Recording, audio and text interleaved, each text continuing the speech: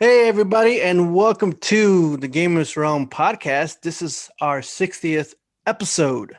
I'm kind of excited. I don't know why I feel somewhat nervous about it, but we're just here at 60th, and it's kind of amazing to feel where we've been from the beginning to now. And it's still great to have all these guys here. And we have our special guest here, the One Up crew. And I want to Hello, introduce how's it you going? guys with them. I'm going to start off with Cliff. What's up, dude? Hey, how's it going? Doing good. And we got KOTETSU. What's going on, guys? Sorry, I'm drinking my water. I'm so thirsty. We got CHICHUKI. Yo. What's up, everybody? Awakened Bacon. Hey guys. And I just realized what happened to Atari X. He looks like he disappeared. He was with us. So yeah, he popped out like right before. Yeah. I'll check with him later. Yeah, he was with us, so we'll see. He'll probably Some must be happening. Okay, so either way, this is kind of an interesting 60th anniversary, and I wanted to get more with. I know that KOTETSU, he's been with us. He's in two podcasts. The one he originally started with, the One Up crew, and with us here at Gamerz Realm. So I want to ask both you guys the biggest question of how did this start off, and like how did you guys get together to create this awesome podcast you guys have, and what do you guys want to do in the future with it? I'll let Great Cliff question. start. Yeah, because he came up with the concept. Yeah, he came up with the concept, and I kind of hopped on after when he came up with it. So I'll let him tell that story. Okay. Well, the whole concept of the One Up crew happened when it's funny because I didn't even think I was gonna even do a podcast. The whole name of the One Up crew started as a name I was gonna use for like a Discord group for friends. And then toward, I think it was like late 2018, I believe. It was either like late 2018, early 2019. I had an idea for a podcast because back in 2015, I had a podcast on my channel called the Real Gamers Podcast that I started with some friends from Skype. And I like doing that. And basically the whole concept of doing a podcast started because I found myself on YouTube. Whenever I'll do videos, I would primarily do like gaming videos, like Let's Play, stuff like that. And I found myself talking about news a lot because it was like a favorite topic. I love talking about gaming news and journalism, stuff like that. And I was like, you know what? Like, I'm talking about news all the time. I might as well just do a podcast. So when I was trying to look for a name, I was like, well, the One Up crew kind of has a nice ring to it. So what I could just, use that name for it. And then that came up to me, and I was trying to think of some ideas of who I wanted to have on. And basically, in the summer of 2019, I did a beta test because I was trying to decide whether I wanted to do a live podcast like I did before with the previous podcast that I did, or if I wanted to make it pre-recorded and put it on, Apple Podcasts and Spotify. And we did a test on Twitch, and it worked out kind of okay. I basically learned like a lot of stuff from it. Basically, I learned that it's a lot different when you have a live podcast because if you mess up, it's like live. Everyone can see it. You can't edit. And also trying to make sure that like other participants don't cut in from each other when talking. It's kind of a hard thing if you're doing it live. And just also trying to come prepared with how you want to structure the podcast. So with that in mind, I basically decided to just make it pre-recorded. That way I can actually have a structure to it. And then the other factor was that it was kind of hard trying to schedule everybody because when I was beta testing, it was a little bit different where we didn't really have a structured cast of people who were going to be on the podcast. It was kind of like, oh, hey, are you free? Okay, I need someone to be on the podcast. Can you join? And then it was like that. It wasn't really like a structure like how you guys have it, where it's the same amount of people every single week.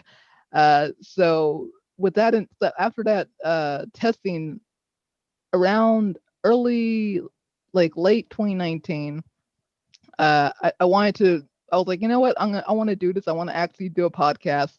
I already know who I wanted to do it with. I had one of my friends, Adam. I had him on board. He said that he wanted to be a part of this. I'm like, okay, that's great. And then I was trying to figure out who else would be on, because I had another friend of mine who was going to be a part of it, but then his work schedule was a little bit different, because we normally try to record during the weekends, because before the whole pandemic thing, our work schedules were, at least my work schedule, like I work during the week. So trying to record, late in the week is, it doesn't really work that way. So I like doing it on either late Friday or Saturday or Sunday. That way we can have some type of confirmation that we're all going to be free. So when I couldn't get my other friend to join, I was like, you know what? KOTETSU might be interested in this, because we've talked before. I see him smiling already. I already know. I know where I come in. That's why I have to say. I know where I come in the story. Yeah, because me and KOTETSU, we've been friends for a long time, since late 2017. Like, yeah. Yeah. Because we have a mutual friend named Eddie that we both bridged our friendship through. And so with the podcast, I was like, you know what? I think KOTETSU might be interested in this, because we talk a lot on Discord and we have some great chemistry just in general when talking about, gaming news or, whatever it is. And I was like, you know what? He might be interested in this, So I was like, yo, dude, are you ready to, have an idea for a podcast? Do you want to be a part of it? And he was like, oh yeah, sure. I'm down for this. So I already have, the cast of people who I want to be in the podcast. I have some type of, I can't speak, some type of structure of what I want to do for it. So then recording day starts. And basically what I do is, in the past, because I kind of changed it a little bit later on, but in the beginning, what I do is I would go on various news sites and I would try to pick a good group of chunks of articles that I think we would like to talk about. And then I would make a Google spreadsheet containing like different segments within the podcast and like where those news, where the relevant news would fit into it. So we have different categories, which I should probably actually have like the Google spreadsheet like right here.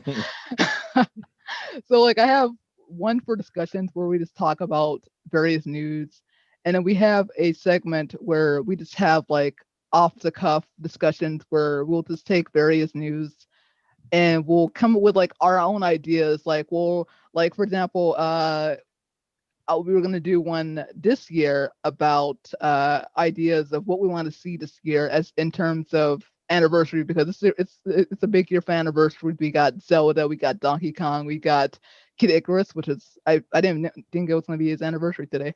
I mean, this year, and it was I can't talk. And it's just a nice way to have like your news topics, but then you could kind of branch off of it and like think of ideas within those topics. So basically recording day came and went, and there was a lot of things that we learned. First of all, not to go 2 hours, no, 4 hours talking about stuff. Not to go 4 hours because our first episode was 4 hours long. Yeah, it was 4 hours long, and we did not predict that, because and the funny thing is that we only had like maybe like 5 or 6 news articles, and we're like, yeah, okay, it's probably take like an hour and a half, 2 hours to do. But we kept talking about it, and we had no structure, because like we would just keep going back and forth on a single topic, and we learned as we kept doing that we should probably be more structured.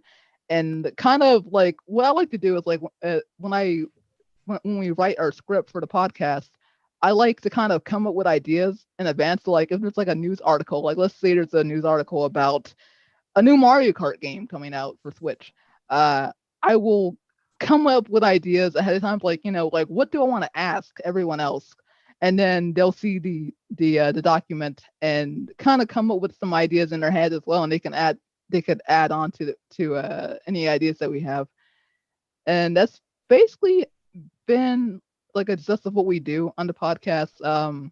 There's a lot of things learned myself, because like it was my first time actually doing a pre-recorded podcast that was going on actual feeds, so I had to learn a lot about how to edit it properly, how to actually upload it and get it sent to different feeds. Like I use a platform called Anchor that basically get your podcast on different platforms, and I swear it was a pain in the ass to get it on. I tried to get on Apple Podcasts, and they had an issue. Not Apple, but Anchor had an issue with the music that we use. So I had to actually DM one of the channels that does 8-bit band. Yeah, that does our name. And I had to contact them and ask for permission, and they're like, "Yeah, sure, no problem." And then like after that, sent to the Apple, bang, it's already on Apple Podcast. So there was a lot of things that like I learned over the year that we've been doing podcasts, and I can't wait to do it this year because we want to do season 2 of our podcast, and I have a lot of ideas of what we can do. For example, one of the ideas is to have our own YouTube channel where we can upload the podcasts and also have different segments, and also kind of make it like a community channel where me, KOTETSU, and also our friend Adam, who's on the podcast, can do non-podcast stuff like playing games together and uploading that. Kind of have like a central hub where people can find not just the podcast, but also all 3 of us together. And it's the kind of cool thing that I want to do. So with Anchor, you can, because I've looked into Anchor before for various things. So through Anchor, you can put your podcast on other. I thought it was just on Anchor. Oh no! Like Anchor will broadcast your podcast to Apple, Spotify, other platforms, and it's cool because that means that like it doesn't matter. Like they don't have to view on Anchor. Like you could advertise it where because some people are very picky and they'll only go on certain platforms. So it's kind of a cool option to have. Yeah. Some people are real picky with their the iTunes. Yeah, like where they go to watch, and it's like it's the same thing. Apple snobs. It's crazy that the timing when he contacted me was crazy because I was wanting to do something like that, just a podcast as in general, and sorry guys. And when he contacted me, he was like, "Yo, do you want to do this podcast?" And I was at work, and I was like, "Yeah, let's do it." And so it was just the timing was perfect, and it made me change how I did YouTube because doing that made me love talking about gaming and just in general, just the world of gaming in general. And because we just sit there and we would carve out like in an hour and a half, maybe 2 hours, and we would just sit there and we would just talk about stuff. And it made me want to change up. It made me change up my channel, and it also made me learn how I present stuff and me being mindful of talking and not going too long and really being like articulate and stuff like that too. So and it was just perfect. We've had people on guest star with us, which was really fun. And I'm actually excited to get stuff going again. We've been talking about like just planning stuff like months of just planning and getting things just set and ready to go. So when we do start, and it'll just take off. Just waiting for that. No, that for waiting for you guys to, or I didn't know if you guys are doing it still, or I mean, I know you guys have it going on, but I know the future, the rest of this year looks like it's going to be a big year for you guys, because I know it seems like you guys are really going to get back on it like more often. So like we're hoping to hopefully maybe by the summer, like June, like when E3 happens, hopefully we can start then and cover on that news, because it's funny because we were going to start in January, but some personal stuff happened in my life and also KOTETSU's life. So we were like, should we start it? Should we not? So I think June might be a good time to start back up, especially because like news has kind of been slow. Like besides the direct that happened in February, it's kind of been going down again. So it's so funny that you mentioned E3. Like our goal was like, I know we're going to get media like our goal was to go into E3 as media. So that's Yes, that's what made us work harder. Like we were just like every Saturday we would do episodes and and just keep going and then when How to get noticed for E3? How can you it's what is it? We have to have it was something had to do with viewership, didn't it? Or something. It has to do with you have to have like a certain amount of reviews on your like either Apple Podcasts or whatever platform. Yeah, and so we were both just like hitting it hard, just like putting our stuff out there and people listening, and then we started doing community questions and which I love doing that because it's always cool like to get like other people's feedback on topics that we have to bring. Yeah, like at first we get like one or two, but then it wasn't until later where like we started getting like 5 or 6 people like looking at Cliff's tweet saying, hey, here's the community question for this. And we would have people come in and ask us questions or what do we think? And we're like, okay, this is like moving. But then when the pandemic happened and we were like, dang, like we were. Yeah, so basically this year's kind of shot even for E3. So keep doing what you're doing, work hard so that you guys make that achievement for next year, I think, right? Because I think oh yeah, for sure. Like they didn't even do E3 this year, right? No, they're not doing it this year. No, it's gonna be it's gonna be all digital. It's gonna be digital. Hey, but next year we all of us make it to E3. We're all gonna go. Yeah, let's do it. You know what's crazy? You know what's crazy too? I think I had someone followed me like when we started doing podcasting for a little bit. Someone followed me and I was like, who is this guy? And I think his name was like David something. And I looked at his channel and he has like a huge following too. And I'm like, this dude is following me and he retweets like all of the podcast stuff that we were doing. So I was like, okay, that's kind of cool. I'm hoping this helps us get to E3. But then it was like, when you guys start going back at it, make sure you make it noticeable so that I can make sure I'm retweeting every time you guys do it and all of us. So we'll do. Oh, absolutely. I will retweet. I retweet everything. Cliff mentioned wanting to do season 2 when the podcast starts up. So was it intentional to do it in seasons? Is that what you were trying to do? Or yeah, is it just like the intention was to like before the whole pandemic, the intention was to do an episode a week, and then by the end of the year, then the following year will be season 2. That was the intention. But it's still gonna be that because I figured instead of going into like a new episode, I figured having a brand new season would indicate to people that this is a fresh new start because we have a lot of things, a lot of new implementations that we want to utilize, and we're like, you know what? It might be better just to make a brand new season for it instead of trying to make a new episode because then it feels more fresher, Right, definitely. That's a good idea.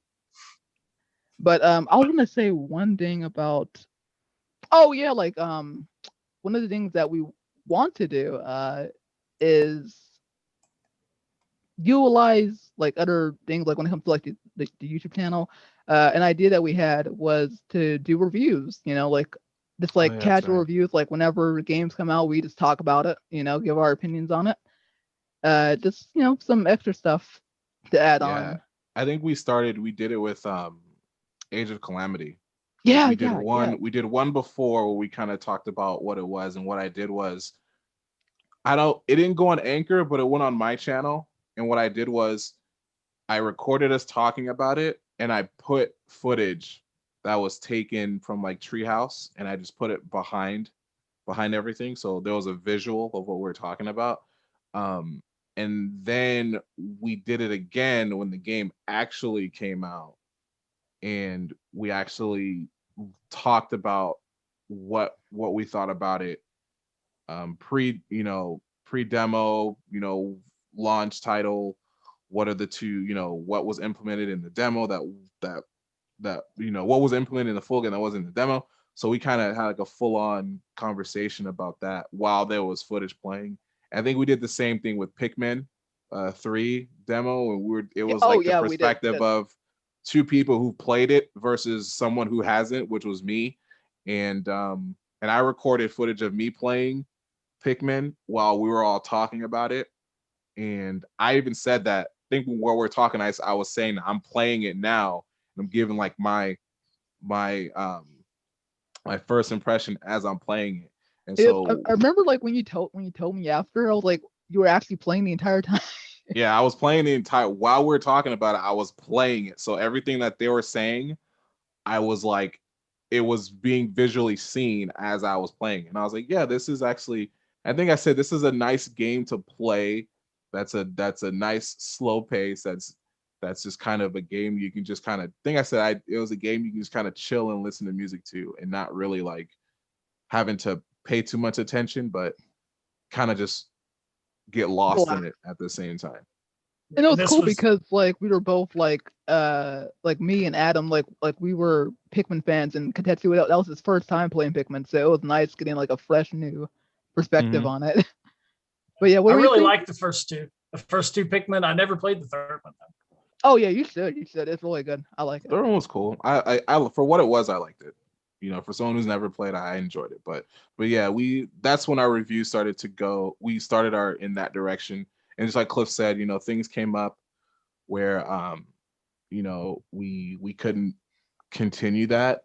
But now it's just like we're just kind of workshopping things. Like we're gonna try to do something this weekend and see how that goes. And before we actually start doing podcasts and stuff, you know, hopefully when E3 rolls around, where we get more news about stuff, then that's when you'll see us talking about it. And I may talk about it twice on here and on our podcast. It's good, you know, to it's funny because that happens. I swear, like I'll be watching, like, oh hey, KOTETSU, I see him, and then like he'll tell a story, and then I'm like, wait, didn't he just say that? Like, whenever like we have a call on Discord, like we'll chat, and then like he'll say the exact like same a day before, and I'm like. Like a day before, we'll be talking about it, and then someone will happen to bring it up here on Gamerz Realm, and I'll say, "Oh yeah, well I was just talking about Cliff about that," and so I just regurgitate what I just said. And then when I get off and I joined, he was like, "We were just talking about that yesterday," and I'm like, "I don't plan this stuff. They bring it up and." You're like, I think it was Smash Bros. You're talking about something about like my opinion on Smash or a character. I forgot what it was, and then you brought it up. Yeah, gaming news and gaming discussions, as big of a world as that is, it's kind of small too. Yeah. You know, there's probably 3 or 4 big talking points that come out every month or so. You know, big games that people, you know, really gravitate to. You know, so. Yeah, you're gonna repeat yourself. It's, you know, and it's like it's not, yeah, and it's not like it's not a problem. It's just always funny how like, yeah, it's always funny how after I get off a call and I join him on another call, he's like, dude, we were just talking about that. Or sometimes we'll have a discussion before this, and he was like, we were just talking about that, and I was like, yeah, no, I don't play. It just happens. It just happens. You know, because I remember this is a weird time we live in, because, you know, remember when we were younger, you know, whether it be, you know, your first game system was, you know, NES, or was it, you know, PlayStation or whatever. At that point in time, before the internet was huge, you know, we would get 1, maybe 2 big game releases a month. You know, it wasn't as widespread, you know, especially when you were, you know, console only, you know, but, you know, here we are in 2021, and probably since, you know, since 2000, you know, 15, 14 at least, we've had Steam, we've had the exposure to indie games like we've never had before. Even more recently, we have the, you know, Game Pass and the PlayStation Store, where some of those indie games that come out are on there. You know, so we'll have 20 games come out in a month, you know, and it's kind of hard to hit all of them. You know, it's like when you look at Steam, you look at between Steam and Epic and all the other smaller game launchers, you know, I mean, there's probably a game that comes out every 3 days, you know. It's a little hard to keep up with. Yeah, true. But we try. We Yeah, do. it was so much simpler. Like back when like you didn't like know of all of the different news. Like it's like, oh, you just happen to have a copy of Nintendo Power. Oh, Yeah. Mario Bros is coming out on DS. Oh, okay, that's cool. But now like we just Yeah. have so much information every single day. Yeah, it was just like, hey, it's coming out today. Oh, all right, let me go Oh. pick it up. Instead of like, hey, it comes out in a year, but we're gonna build hype around it. Since so much social media, and it's just like, okay, well, cool. Now, cool about the hype, but it's like now I got like 20 games to get through before I get to you guys, get to this game before it comes out. I feel like previous to 10 years ago, I knew every new game that was coming out. You know, I knew, pretty much everything I wanted to know and what was worth knowing. But now I learned I learned what I learned, and I know things. Then I talk to you guys, and it's like sometimes I learn something that I've never heard. Oh, that's coming out. Oh, that's out already, man. It's like, well, shit. I need to get that. It's kind of my life at the moment. True. But yeah, this is but yeah, of course now I'm a part of Gamerz Realm and one of crew, so I think it's cool to kind of, because like you get two perspectives, I guess. I get the perspective from you guys, and then me and Cliff will come up with something that you guys probably won't mention. I was like, oh yeah, I never looked at it in that way, or something we might do it, different news will be covered here than it will be here. So it's like, just two different worlds that I kind It's of just like before I got on here, I thought there was a CG Mario movie coming out next year, and you guys squashed my dreams with reality. Well, They were messing I'm with not you, gonna man. say that it won't. They did say they are, but Yeah, it's they're not coming out. official. Yeah, it's Yeah, not but- official. It's just taking a long time. Yeah. I think it's something that I know people were doing it. Something I never thought I'd do something too, and I did something, but then I knew that one it had to been a fake. Like, no way, man. It looked real good too, right? It looked Yeah, just like I said, Oh, the look. person who did that spent Yeah. time making it super legit. Like how they had it, how one side was Mario and it said his slogan, he says, and then the other side was Luigi and he said his. I'm like, that's super legit. Yeah, it was super Yeah, legit. that was Oh, look good. It was super legit. But then once you go to it, it's like, oh, okay. And I don't think because Imagine Studios are supposed to be working on it, and they have some cool. They've done some really Illuminations, cool, right? Or no? Yeah. I think it's Illumination. Illumination. They've Yeah, done let's some do it. really cool stuff. Like one of my favorite ones that they did was Despicable Me. Yeah, Despicable Me was Okay, no, it wasn't. I thought it was Ninja Turtles, but no, that's Imagine. Illumination. Yeah, you're right. But yeah, they've done some amazing stuff. So I trust that they'll definitely give us what we what we're looking for from this movie. It definitely won't be the 1995 release or whatever that No, it came won't be out. that one. Look, I just wanted to destroy Sonic. That's all. Sonic's movie. I haven't seen that yet. I need It's to watch good though. It's good. It's Yeah, good. it's It funny. is. I It is good. actually I haven't seen it either. it was like last month I saw it for the first time on Amazon Prime. Same, And it was same. really good movie. I can't wait for I the don't know. It's second pretty hard because Sonic is really it was really damn good movie, and I'm sure the second one will be great too. It was good. Love them all. Wait, The only is thing the that's- Sonic? Go Is the ahead. Sonic? Wait, real quick. Is the Sonic movie on Amazon Prime, like on the Prime service? Like you can, if you Yeah, have Prime, yeah. Is it still there? Because I know it was for a minute, but I don't know if it's still there. You haven't It seen should man, gotcha. it should be because I saw it last month. It should be. Yeah, Yeah. I did too, but I wasn't sure if it was still there. I thought it was like we're there for a certain amount of time and they're gonna take it off. Well, I'm definitely gonna check it out. Oh, looks like. I mean, still if it's Amazon. on there, it's on there. I'll watch it. I thought it was still like a pay per view, kind of like Yeah. you can rent it or you can buy it. I didn't know it was on Yeah. like the Prime service. See, you learn something new every day. So guys, What, when is your next, or when are you gonna do your next episode? Anything coming up soon? Encouraging you to do one soon.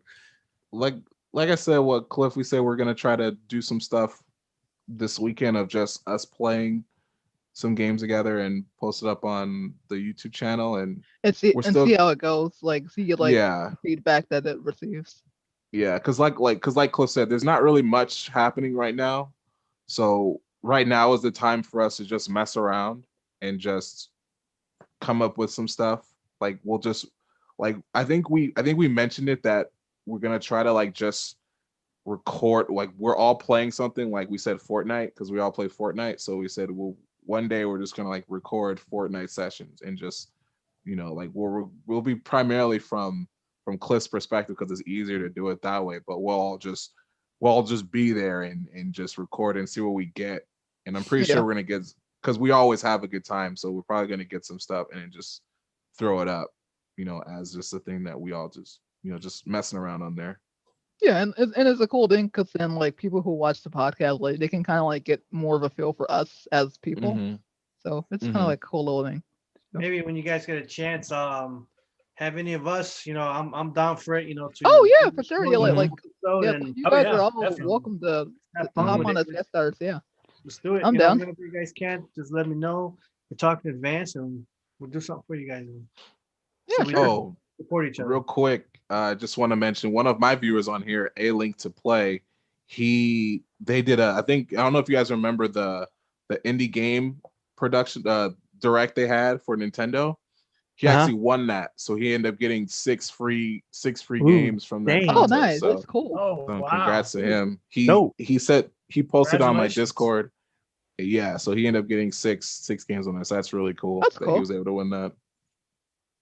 That's nice. Ellis. Yeah, I want to give me some. I keep wanting. I'm trying to butter him up so he can give me a free game. So I'm giving him a shout out on here. Good free game.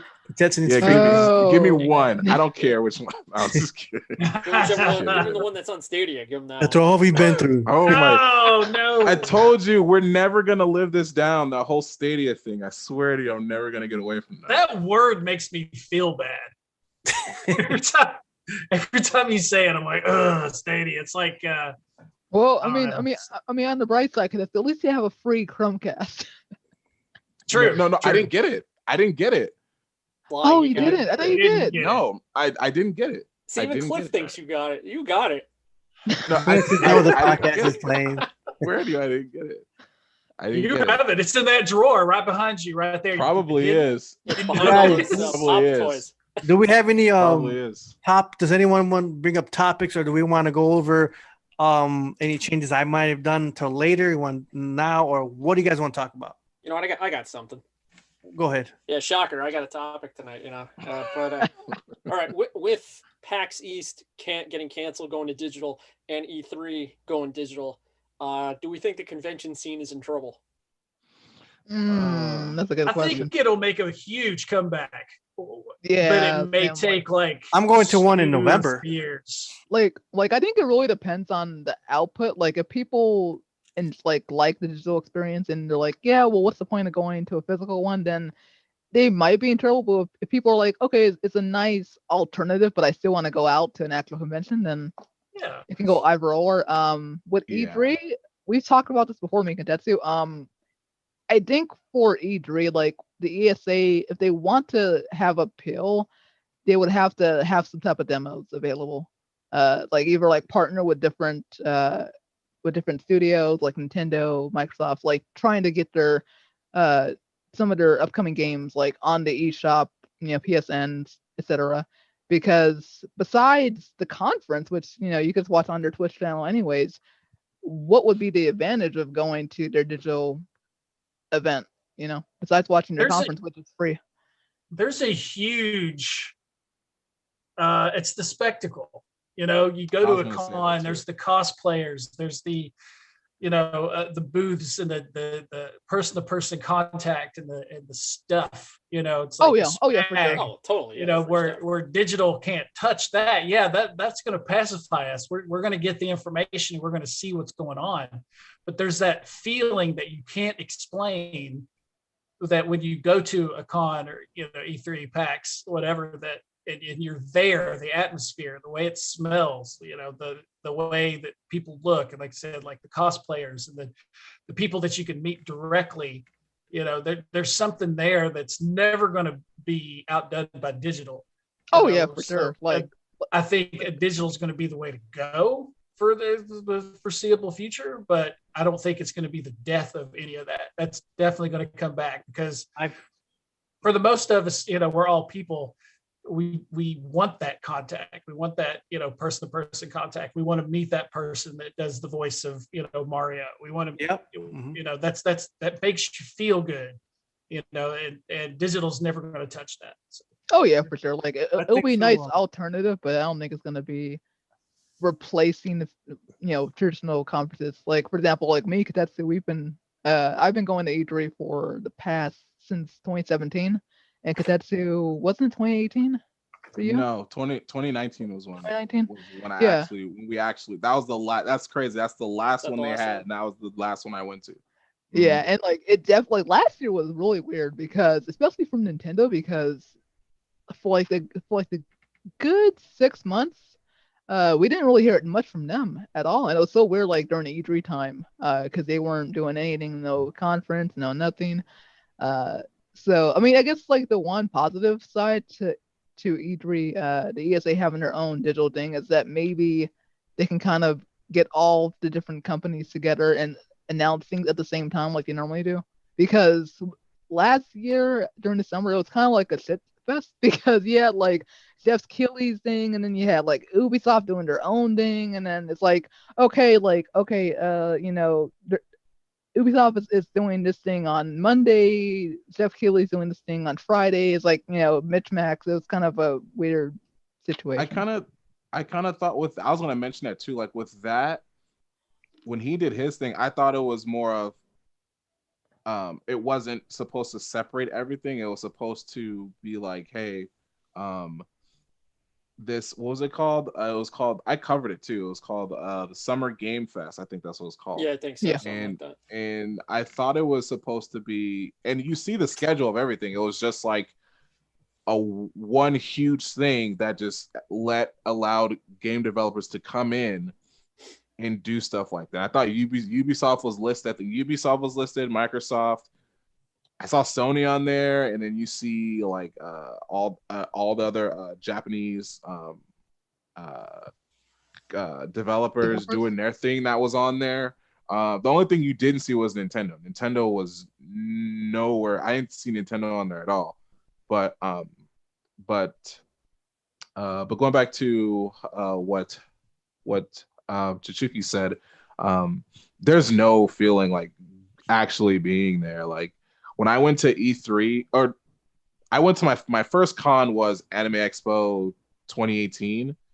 I think it was the last 2 days, and it was just like, it was incredible. Just the atmosphere, like Awaken said, people cosplaying, being able to experience that, being able to meet your VOs, your favorite VOs. Like I got to meet a couple of VOs there. I got to see the actor who played Rocky in Power Rangers. He had his own little booth there, and just to be in an atmosphere, and Rocky for Power Rangers, that's like secondary Power Rangers. It was crazy. It was like all the way towards, weirdly, it was all at the end, but that's where everyone walked around, so he still got to see people. And I was like, I want to take a picture, and I overheard he was like, yeah, picture's like $50, and I'm like, oh, I'm not gonna. For Rocky? What are you? Yeah, I was like, yeah, Rocky? I'm not gonna do that. So like instead I said Jason or Kimberly or I mean, of course it can't be Kimberly, oh my lord. Rocky was the second Red Ranger. Yeah.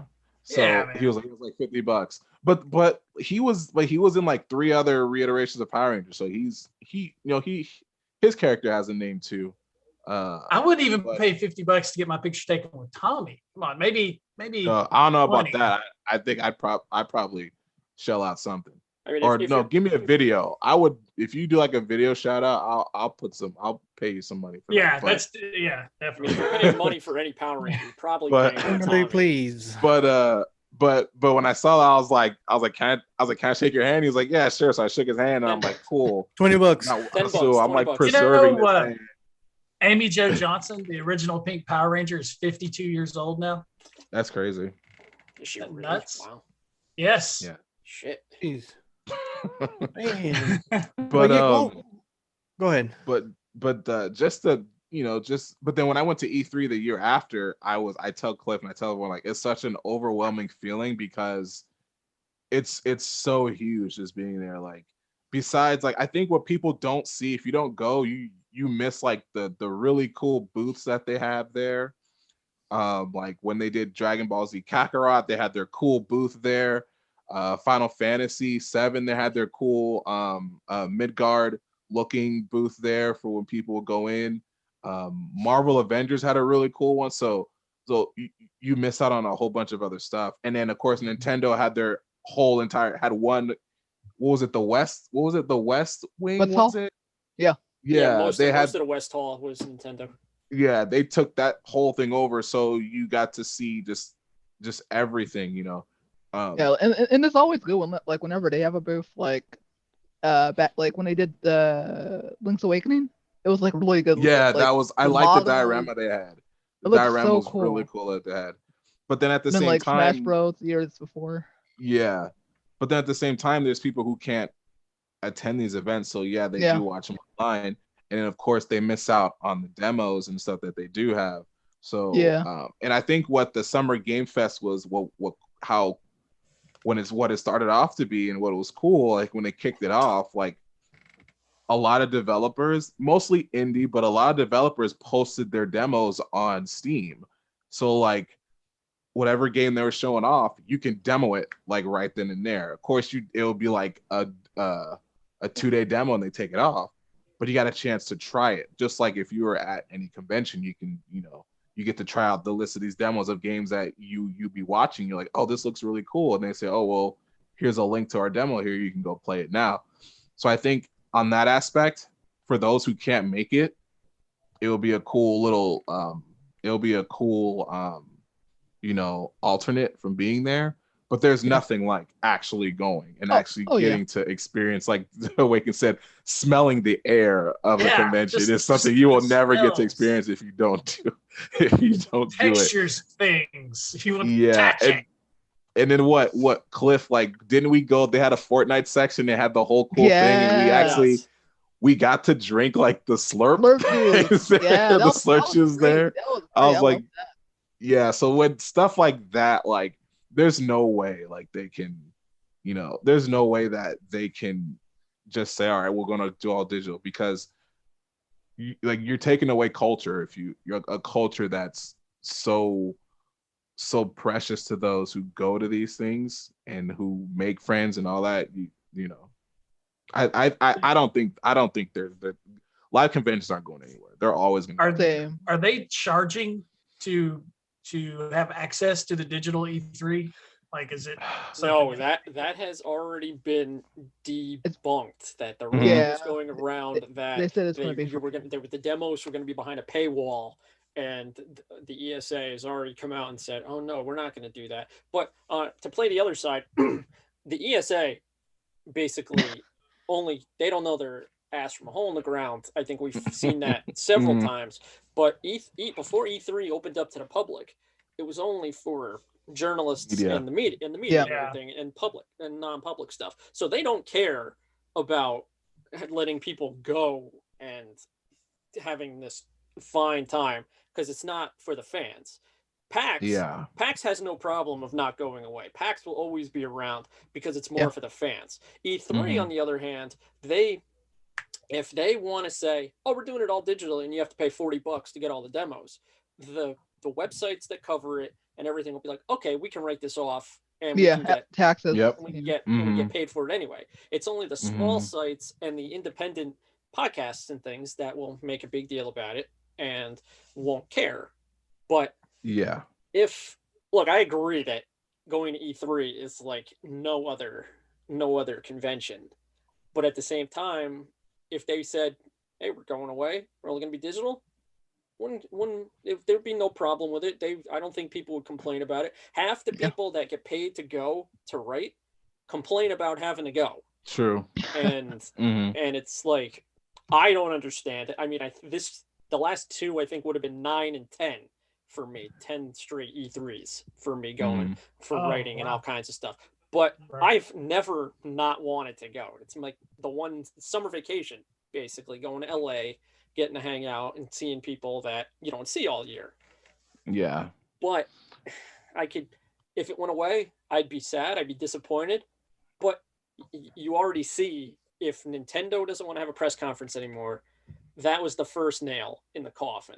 When Sony doesn't want to show up for something, that's the second nail in the coffin. And the third one will be is when Microsoft sees that they can do something on the side at the Microsoft Theater like they've been doing. They do it 2 years straight, right?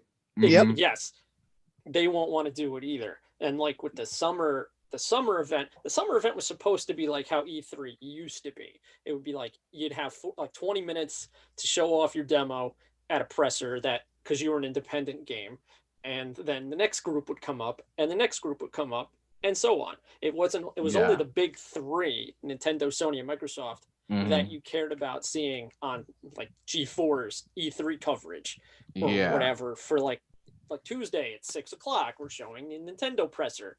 And it was Wii Music and things like that and everything. But the infamous Wii Music E3.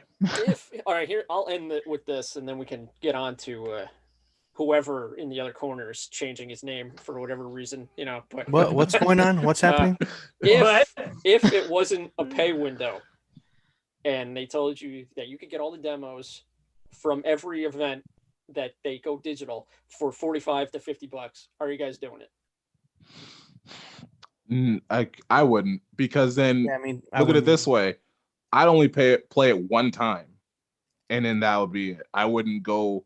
There's so many like when they had the summer game event thing and they had those demos there, I played them once and I never went back to it. So to have to pay $50 for a demo that's probably only 20 minutes that I'll only pay one time, that's a waste of money. So I would never do that.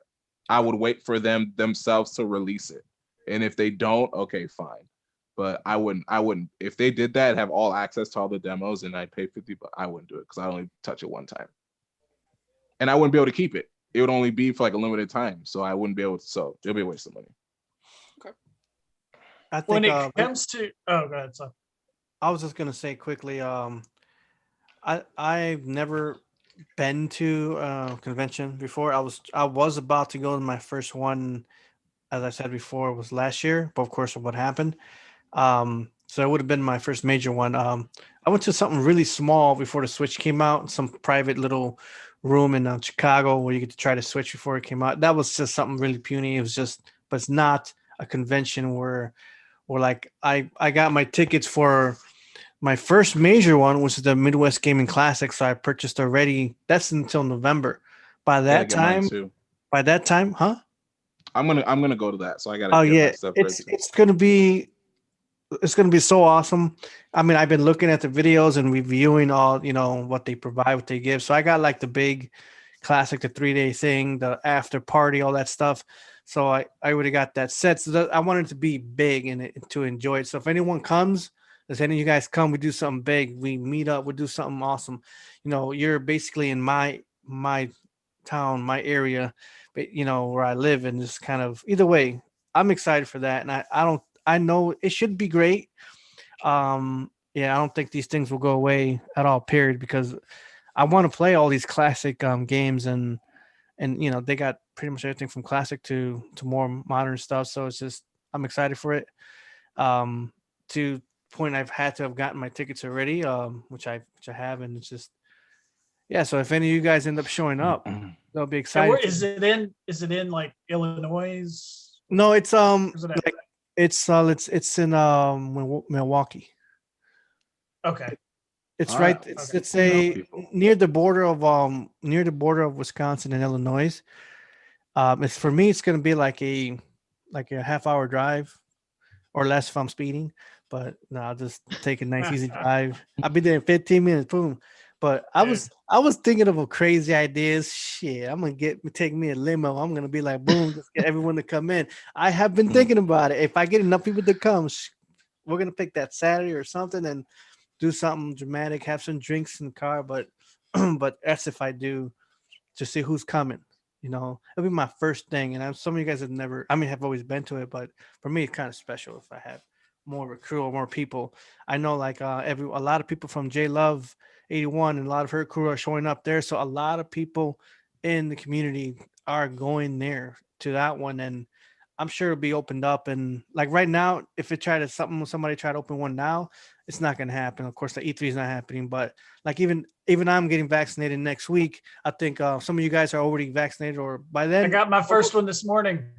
Awesome. Nice. See, almost everyone will be vaccinated way by the time November comes. It's perfect timing for that to happen then. And so that's why I'm like, this is gonna be awesome. Screw this, man. You guys show up, we're gonna get drunk. No, we're not. Oh gosh. No drinking involved in this one. No, we're not, but yes, we are. We'll take a shot.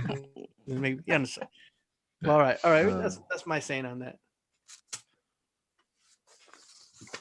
But yeah, I'm interested to know who else would. Go ahead, Waken. I'm interested to see who else would pay that much to go to a convention like that. Well, on to air Or if it was tickets, digital. plane tickets should be pretty okay. Or How much are tickets I mean, for the event? oh, the event is like $250, right? For everything. No, right it's now like it's $250. $175 right now. Oh, never mind. Is that like a 2 days? 3 days. It's everything plus it's like the VIP package. It's like you get all 3 days, you get the after party, you get all the other, it's just includes everything on there. If you're planning, you get like all this like cool That's cool. memorabilia stuff. You get a bag of all this stuff. Yeah. It comes with like a t-shirt, whatever. I bought like an extra t-shirt, sweater, whatever, for the second person who's coming. But I'm looking at tickets real quick. November 5th through the 7th. So 1 day admission is just $25. Not bad. And then Yeah, but that's just the 1 day. That's not after party. That's not that's right. You That want to ain't. go. You want to go all out. Like I've been to MagicCon, was here in well, not here, but in Birmingham, and DragonCon, which is in Atlanta. Mm. It was $175 right now. My locals. But yeah, I'm interested to see who else, like Chichuki said, who else would pay for an online convention to try everything. I think there'd be several people who would do it. Probably.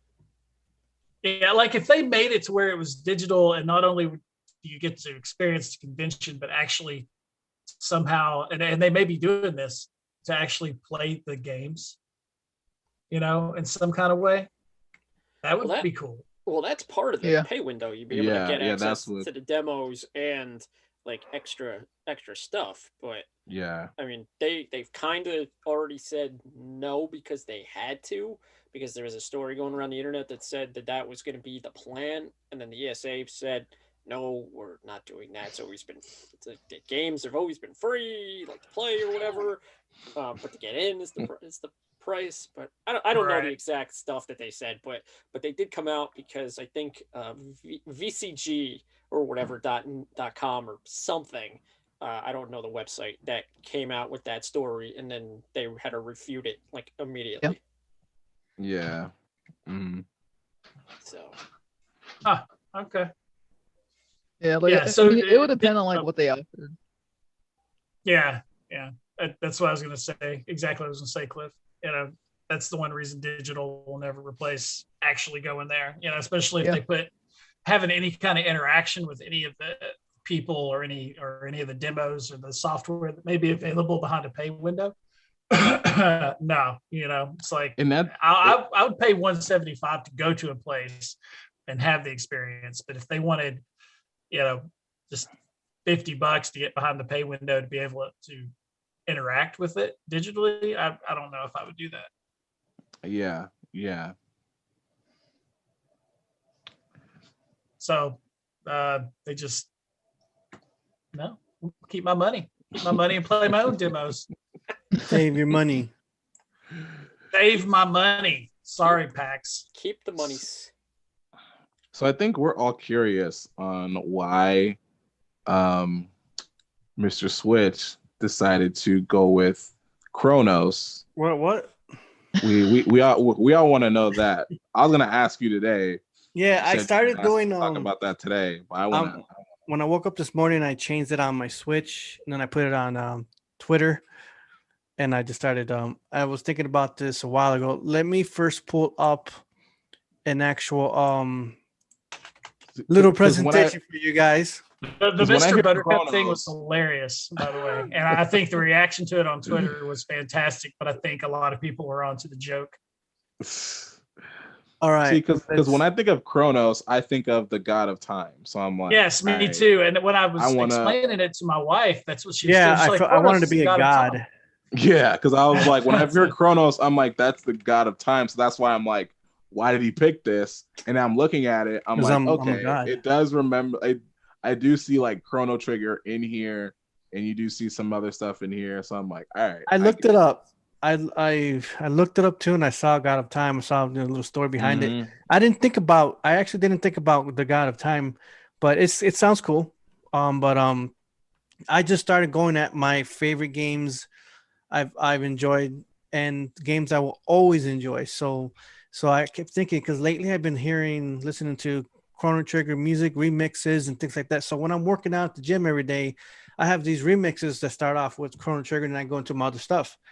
But it's just like all this is building up on me. People were tweeting stuff on Chrono Trigger a lot lately. So if you guys see this design, I decided to draw, and I said, how can I put all my favorite games or series or whatever in one thing? So I just started sketching the C, and I put Chrono, but then I ended up, I'm gonna put the Z for this. So here on this bottom of the C is Final Fantasy 7, but the 7 is in Japanese.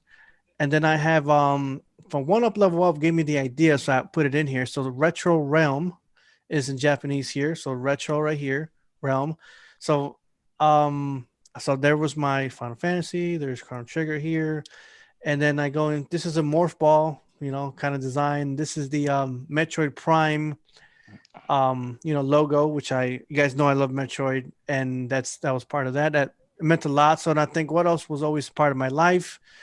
Mario. So you see Mario was the handle piece here, not the the one I grabbed this Z from the Z was from the Link to the Past Z. There's many different forms of the Z for Zelda. So of course Zelda, Mario, Metroid, Final Fantasy, Chrono Trigger.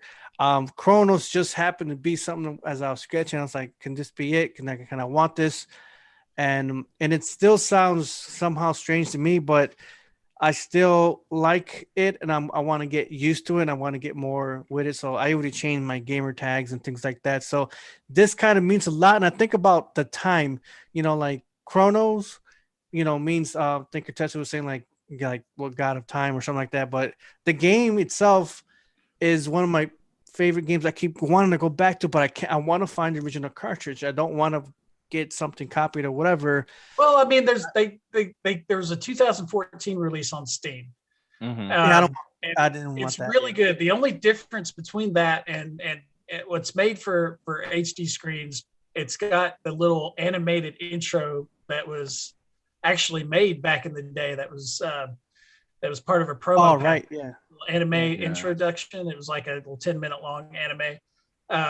But besides that, the game is completely intact. It's not like an emulator or anything like that. And I've been streaming it lately, and it's just such a great game. Like it's hard enough and long enough to where you definitely feel like you're getting your time and your money's worth.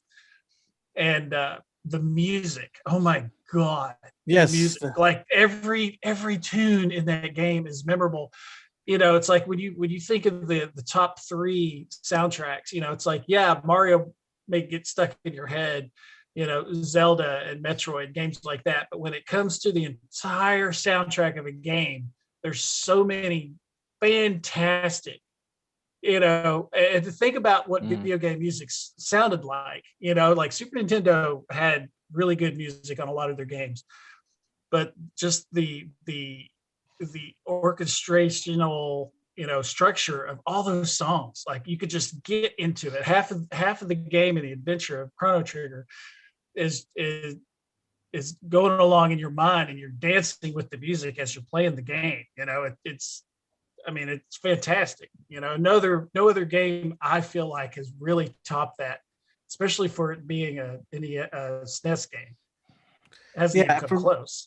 For me, it's just kind of remembering as I played every game. My favorite game is Link to the Past, but also right up there, right next to it is Chrono Trigger, and I remember playing it as very young, and even now it's like, man, I have a Super Nintendo, an original, and that's why I want to feel like it was the original times to get a cartridge. Like actually Sunday, I'm going to go to some place in Kenosha, Milwaukee area, and they have a lot of these old these retro stores, so I'm going to go look for it there. But either way, the story to me has a lot to do with time travel, and that's all we got is time. And for me, going back to a lot of games I want to go back to more is I want to go back to playing all my old classics, all my old favorites, and Chrono just really hits me right there. So that's where I decided, you know what, fuck this, I'm gonna do this. This is what I want. And Chronos came. The Z popped in for Zelda, but also it's also Z's always been in my life. My last name starts with Z, but it's just kind of, all we have is time. That's what this game's all about, and time travel, and it just feels good to have a new change. I didn't I'm not hating on like the old name. The old name still sounds cool. Mr. Switch is awesome, but I became Mr. Switch when I did that thing. I went to New York dressed up in some on the as controller Joy-Con. Switch Joy-Con, and that's where it came up on Triforce. Ended up changing, saying Mr. Switch, and then I started doing that, and it stuck to me for a while. But I didn't want to represent exactly Nintendo or a Nintendo Switch. I wanted to represent something all about me kind of thing, and I've been thinking about it for a year. And then finally, the new year, I wanted to do it within the new year. And nothing came to me. And then now it just happened. So within the last week or two, Awaken Bacon was the one designing. I did the sketch. He was designing all the options for me. This one here. So just kind of gave me. We were talking ideas. So he did that too. He's doing the thumbnails as well. This is if you guys want to call me Mr. Buttercup, go ahead. Oh my goodness. I'm totally going to call you Mr. Buttercup. That was April Fool's thing that day. So, that's just, it was fun. And that was just my sketch pad. But it was I like I'm not saying I don't like Awaken's concepts, because they look really cool. I like that one, the one that you did, because it just feels, when it comes to designing names and coming up with a name, it's all about originality. And Chronos has been used, but the way you present Chronos here is very original. And I think that should be your, your banner, Yeah. I've definitely want to work on this one later.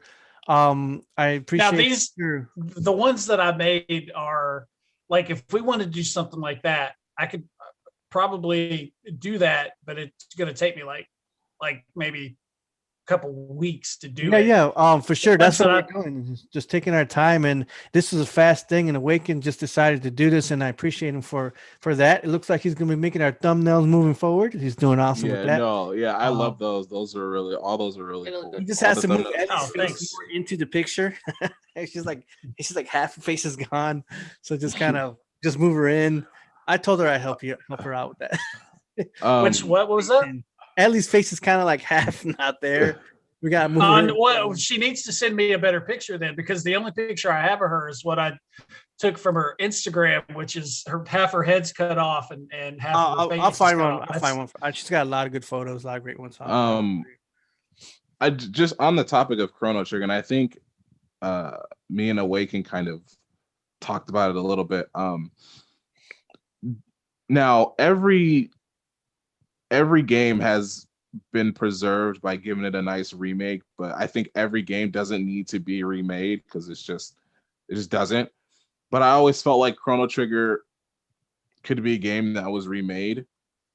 Do you think that, this is just a general question to everyone, do you think that Chrono Trigger should be brought back in a new coat of paint? And if it does, how would you want Chrono Trigger to be revived? I don't think it needs to be made like given the Chrono Cross treatment, making it 3D and crazy. And I think it needs to be given, and it doesn't really need it. But if they're going to do it, maybe giving it something more along the lines of the Octopath Traveler look, the way that game looks. So you got your depth in your background, but it still looks, very spritey, and it would retain a lot of its original, art look that everybody really fell in love with, along with the soundtrack.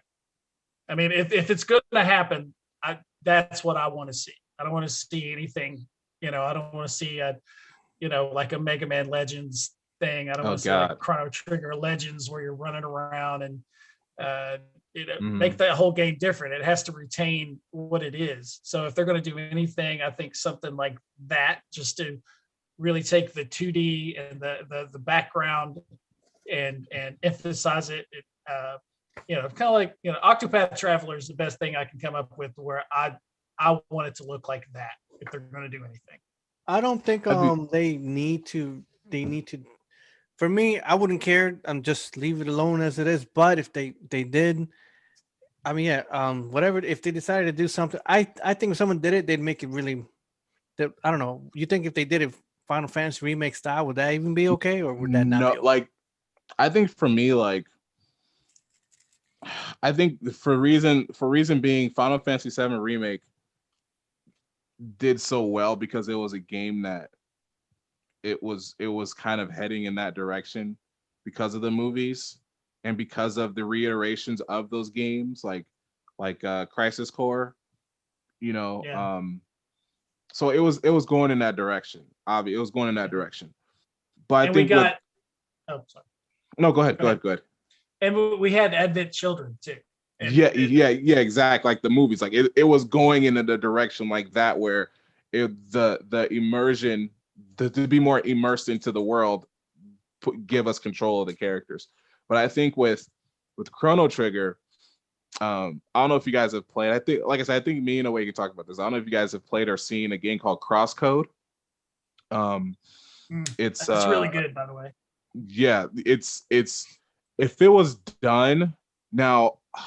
I don't want to say this would be from, like, I agree with the Wake. I think if they did it like Octopath, I'd be down to play it. Like, I'd spend time and play it and all that stuff. But if they did like Crosscode, I don't know if I would be cool with the whole controlling the characters during the battles and doing all that. I mean, it would be cool, and you'd still have those elements, and that would be like the one thing that kind of changes. You still have your sprites, you have the nice vibrant colors, a nice, better visuals for story, but more of having a little bit of control, or either just say, hey, you can control the characters, or we'll just keep it at, the real-time or not real-time, RPG turn-based combat. But I think just overall, I think if it just got a nice, for me, I think having a nice coat of paint and making it, I think those are the two games I would reference. I say either Crosscode or Octopath. Like, if you keep it in the realm of that, don't make it 3D, because I think preserving the game in 2D is just in sprites is better. But I think having it like that would be cool. Giving it a Final Fantasy VII remake, not what would you say? Would you want a remake or a prequel?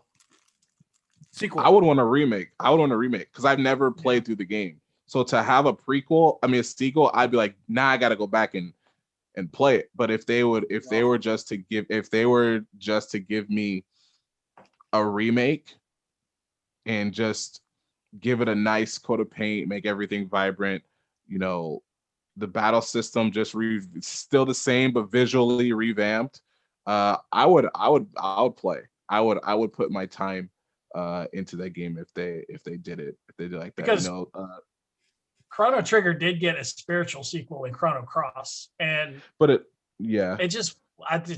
like that game.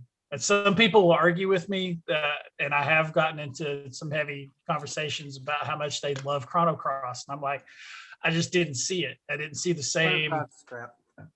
Yeah, exactly. I didn't see the same thing that brought me into Chrono Trigger and Chrono Cross, even though they were like, "Oh, it's a spiritual sequel. It takes place in the same world." It's like, well, there's nothing I love about this game. I love Chrono Trigger, but I do not love this game. So somebody dropped the ball. Show my ass.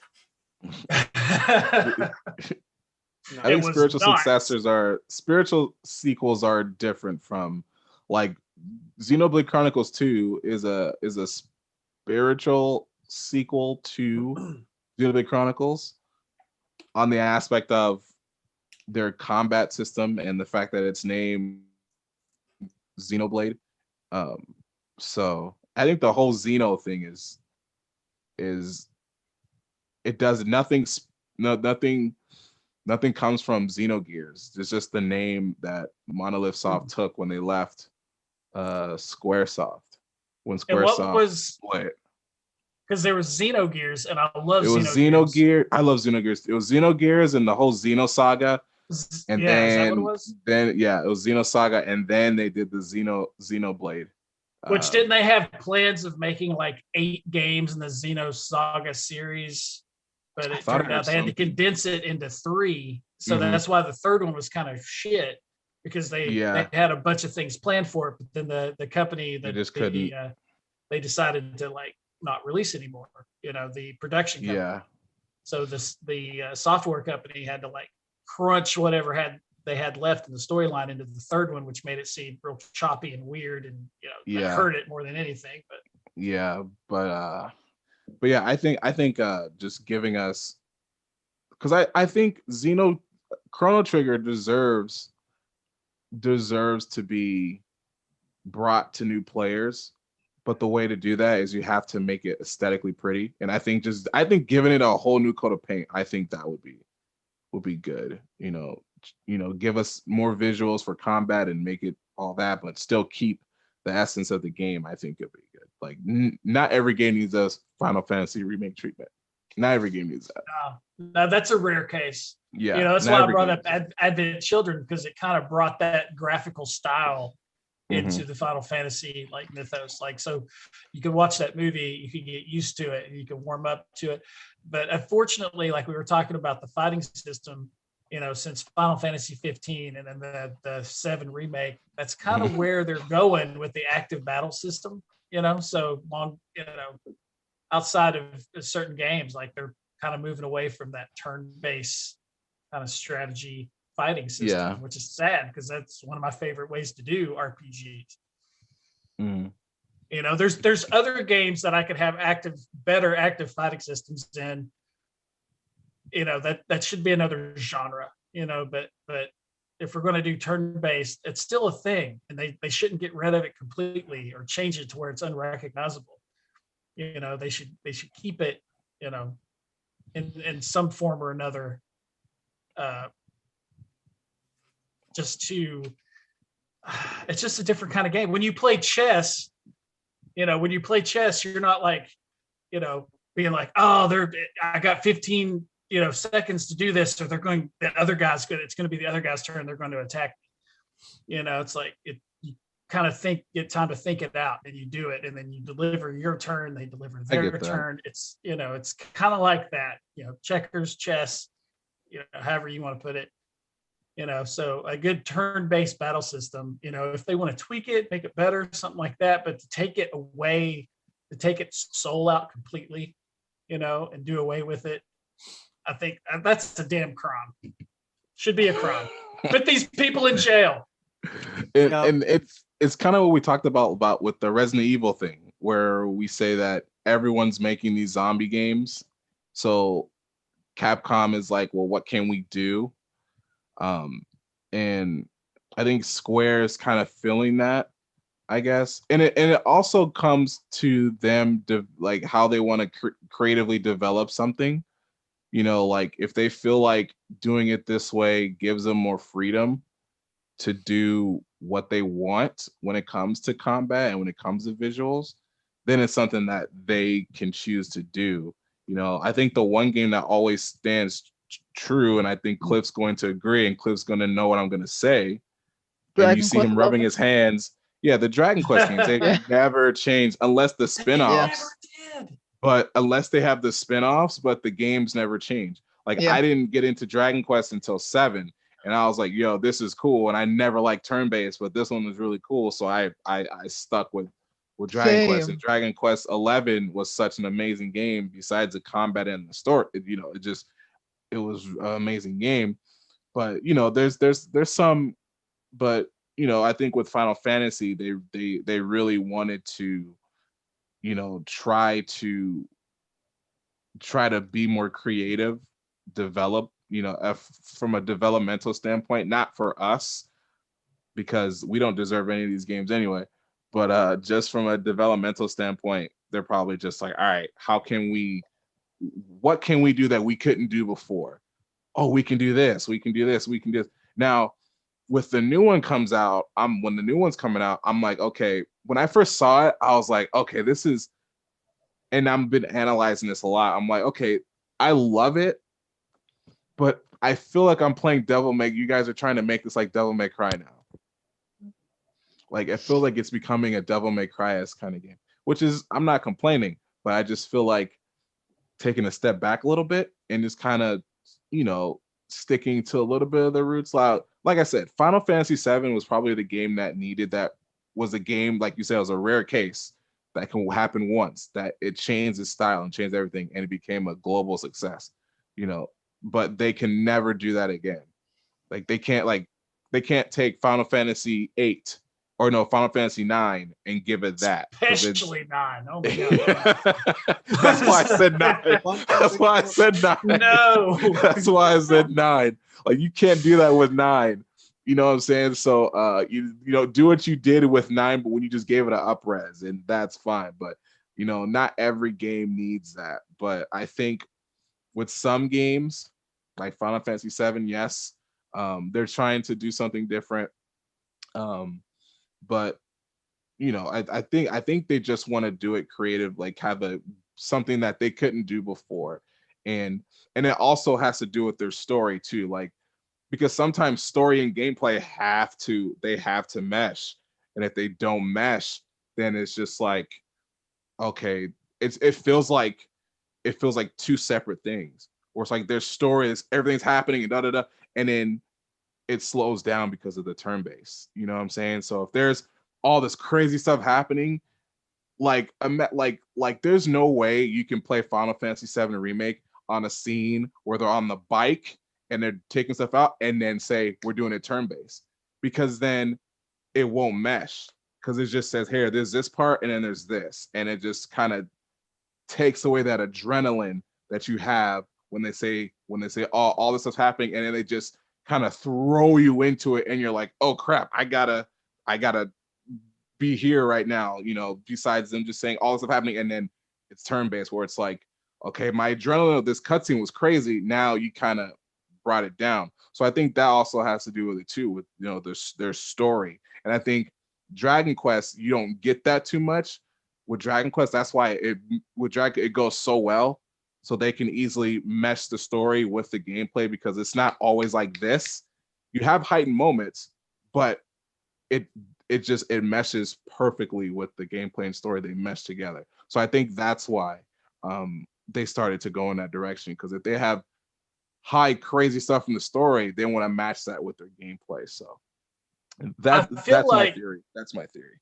I feel like, especially with, say, games like Final Fantasy VII, the turn-based style make each move that you did feel so much more important and impactful. I get that too. Where, this kind of more aggressive, passive, not passive, but gameplay kind of takes that away. You're just doing moves. Let's do this. But, when you pulled off like a summons, brought out Ifrit, Final Fantasy VII, and turn-based, you had the cutscene and it came out and it happened, or any of your other, spells and summons, like it felt like, yeah, here we go. I get that. We're doing. I get that too, because I like that moment. I like those feelings too. I get that too. Yeah, because it's like that one move where it's like, I need this. Please let this bar hurry up. I got it. You get it. It's like, it's over with. I won this entire thing now. It's done. Yes. Yeah, I get you. I totally get what you're saying there too. Oh man. What's the best Final Fantasy game?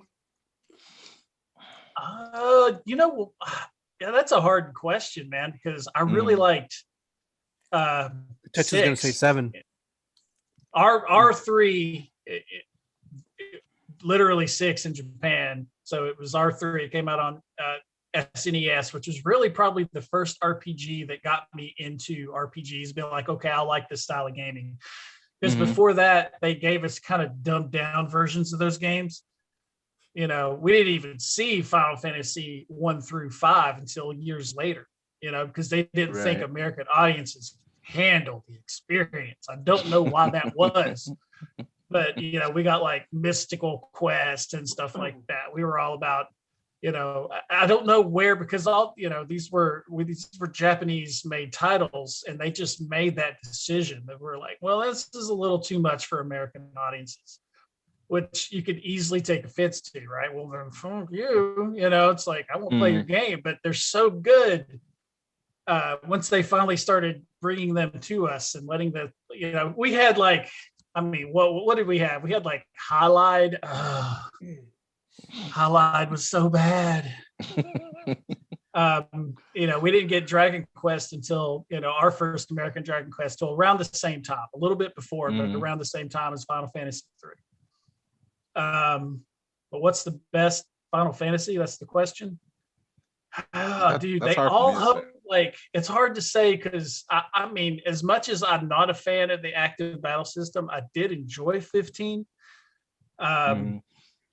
12, I think. Which one was 11? Was online, right? That was the first online. Yeah, 11 was their first one. 12 was with Vaughn and you know, that whole crew was where you had the battle system where it was like that arch line. That was 12. No, that was 12.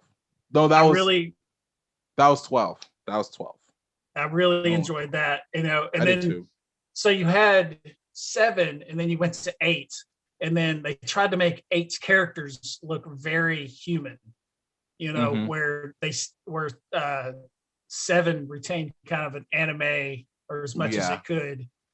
And then, so you had 8, and 8 was good, but it didn't look the same. There was something about the look that just didn't hit me as much. But then they had 9, which was a lesser known Final Fantasy, in my opinion. I don't think a lot of people dug it as much, but they kind of went back to that same style, which I appreciated. I enjoyed the hell out of that game. Yeah. If I think the easier question is what was the worst, and in my opinion, the worst Final Fantasy is Final Fantasy 13. I knew you were going to say that. I don't know why it had 2 sequels. Had 3. Had 3. Had Did 3. It? Had oh 3. God, it had Final Fantasy 13, Final Fantasy 13 2, which was trying to tell the story of Sarah, and they tried to do a story arc with the Lassie, Lassie story arc, and try to make Lightning this prophetical character, if that's a word, that like supposed to save the world. And then if you guys played 13-2, you know what happens to 13-2. And then they did Lightning Returns, which is, I remember that. Lightning Returns. Lightning is like a demigod now, and she's trying to, I don't know, she's supposed to save as many souls before the world ends. And then if she does that, then she gets her sister back. And that one is weird because you're literally put on a time. You have 13 days before the world ends, and you literally have 13 days. It's not like you have 13 games, but the story just takes you through 13. You literally have 13 days, and like an hour is like 20 minutes, you know, in real time. So you had a certain amount of time to go through the entire game before the world ends. Jeez. And so you had to really think about how much time is going to take if I do this, how much time will it take if I do this, because sometimes your activities take time, and if you die, it takes an hour away from you if you die. So it's like I have to be 100% everything in this game. And that's when then the battle system there was kind of a weird thing, because it was weirdly action RPG, but it still kind of felt like they kind of locked you. You still felt locked into a strategy RPG because you can only attack a certain amount of times before your ATB gauge goes down. Each move had a cooldown, and you had different loadouts you can do, which was cool, but you had to be precise about what loadout did what, and it was I played it and I did not enjoy it because I had to play it on easy to enjoy the game, because on normal I was on day 7 and I had 3 days left and I barely got done with the first 2 worlds, so I'm like, I can't do this on normal. So I had to go back to play on easy where you get more time, so I just played it solely for the story. I played it solely for the story after that. I saw those games come out. I was gonna say, it sounds like an evil version of Majora's Mask. It was rough. It's a rough game. It's true. It's true. It's a rough game. I would not have liked that. Like, just 13 just didn't grab me, so I don't know why I would have gone back and done any of the sequels. The only sequel to Final Fantasy that I played was Final Fantasy X-2. Yeah. And if a game was going to get the Final Fantasy VII treatment that it got, the only other one that I would even consider doing it to would probably be 10. But I don't know why, because it's kind of fine the way it is. Yeah, I can see that, but yeah, you're right. Or you know what? If they got the graphical treatment and just left everything as it is, I think it'd be cool.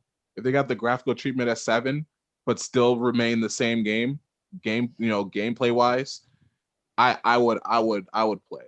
I would still be down with that, because like it still keeps the essence of 10 and why 10 was such a good game. Mm-hmm. Yeah, which would probably be my tied with my second favorite. I would go, well, maybe my third favorite, because I would go 6, just because of the impact it had on me personally. I think you mentioned you like 6. I did. I'll probably mention it again. Yeah. 6, 7, and then like 10 and 12. Those are probably my favorite ones. I think for me, my favorites, of course, 7's in there, so I'm not going to mention it. So I'd say my 2 favorite ones were, I'll say my 3 would be 12. I like 12. I liked the first 13. 13 was cool. I liked 13 because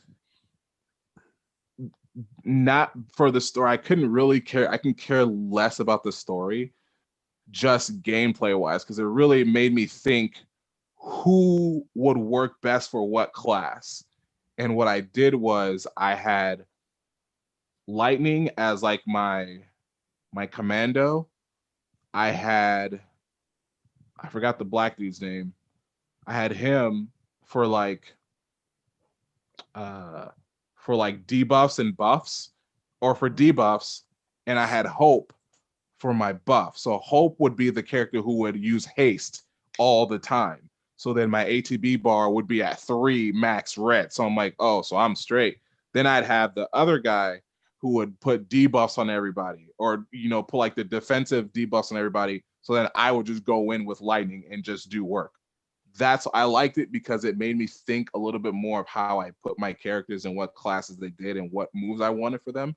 Story wise, I forgot the story besides the beginning, but everything else I didn't hold true. But I like 13 based off the combat.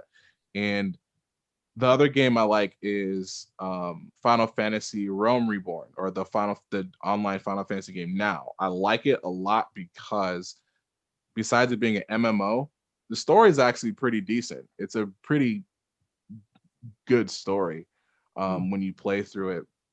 I played through all the expansions. I think I'm on Stormblood right now, getting into the next one, and they have another one coming out. But I like that. Combat's cool. I like you can switch classes whenever.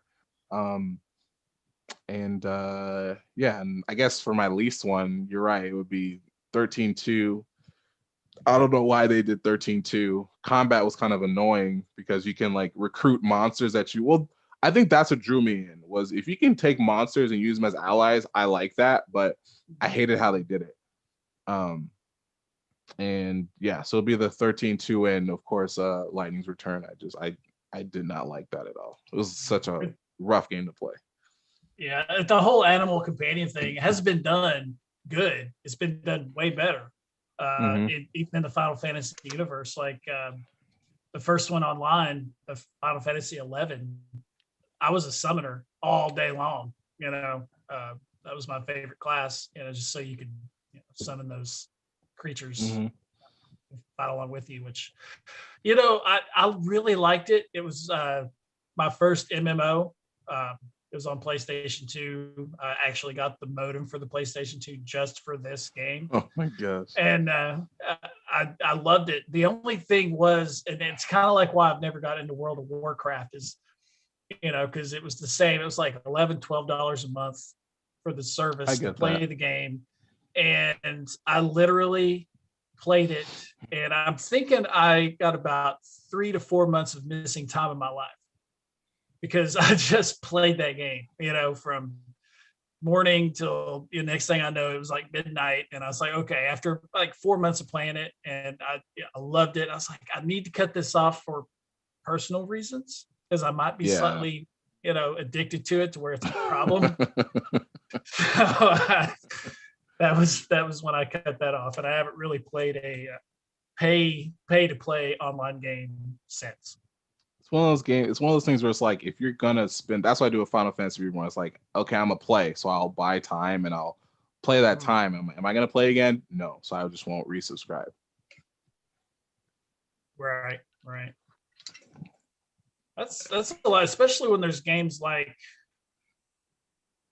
well, I can't think of an example, but there's, you know, MMOs that you can play that aren't, you know, $12 to $15 a month to play. Everything's free to play now. Yeah. Give it to me free, I'll play it. That's my philosophy. Oh man. I was gonna say, on the topic of Final Fantasy, it's funny because the only, and KOTETSU might know where I'm going with this, the only quote unquote Final Fantasy game I played is the Kingdom Hearts series. Sadly, I bought the Final Fantasy VII Remake. I played like the first part of it, and I do like it. I have to play more of it. I haven't played any other game besides that, but I do like Kingdom Hearts a lot. And it's funny because I played that first before playing Final Fantasy VII, and I go back and I'm like, oh, okay, I know this character, Yuffie. She don't play Kingdom Hearts. That's why. I know Goofy. I was like, oh, I know Leon. I'm like, yeah, how? Like, oh, like Leon. Kingdom Hearts? Oh, Yuffie. Oh, there's Cloud. I know Cloud. Oh, from Kingdom Hearts. Jeez. Yeah. I was like, you're one of those people. It was like, you're one of those people who know all the characters, but only way you know them is because they appeared on this game that you play. Oh, Sephiroth. Oh, yeah. Sephiroth. He's there too. Oh my god. It's like, there's Sephiroth. I was like, you know Sephiroth. Yeah. Oh, you finished Final Fantasy VII? No, I played Kingdom Hearts. We got Sephiroth. We got Squall. We got and Goofy and Donald Duck. And so it's, you know, like, it was pretty big, you know? But yeah, he actually streamed it for us too. He actually streamed he played 1-2 for us. I tried to warn him about Chain of Memories, but he wanted to play it. I said, dude, skip Chain of Memories. He said, no, I want to play it. And I'm like, all right. And that was I'm telling you right now. That was the dumbest thing I ever did. It's play Chain of Memories. Chain of Memories. I saw a tweet the other day that had Chain of Memories on there, and they said that it was the best game in the series. Yeah, right. Get out of here. And I don't think they were being ironic. No. Chain of Memories was horrible. That was another rough one too. Yeah, like the whole card thing was just stupid. Like I got 1 second. But yeah, man. Those are and Cliff knows my whole Kingdom Hearts rant. He's the first person who heard it. He's the first person who heard my Kingdom Hearts rant, so he knows how I feel about that. Square Enix is, I mean, you know, they're responsible for all this, okay? But they're also responsible for Outriders. That's a Square Enix game. Yeah. Mm-hmm. Which, you know, is something outside of the anything you think they would do, you know. They've come out with some weird ones, you know. I mean, their big one is Final Fantasy and Kingdom Hearts, you know, but they've put out some weird stuff out there from time to time that isn't related to any of those, you know. And like now we have Outriders, and I'm really enjoying it so far.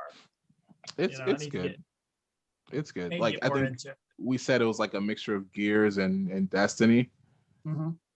And I it's hard to compare. It's hard not to compare it to. So I was playing, and I was like, okay, if I were to compare them to two games, I would say Borderlands 3, because I played Borderlands 3, and Destiny.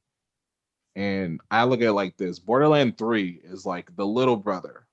It's very quirky, very, you know, from story to weapons to everything, and it's just a blast to play.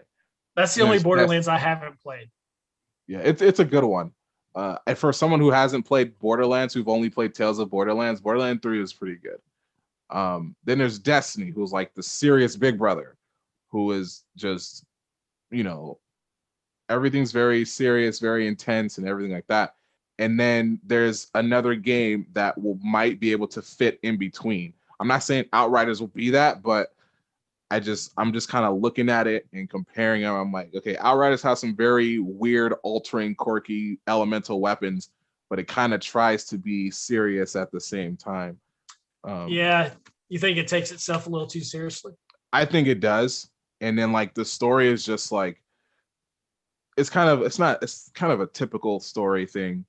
Yeah, nothing that really so far that I've seen that grabs you and be like, okay, like yeah. And then the character is like so hard to get a read on, because there's situations where he's like, he comes across, he happens to save someone, and he's the person be like, oh, you came to rescue me? He's like, you're not the reason why I'm here. You just happen to be here, and I just, you know, you're alive now, so cool, go away. But then there'll be situations where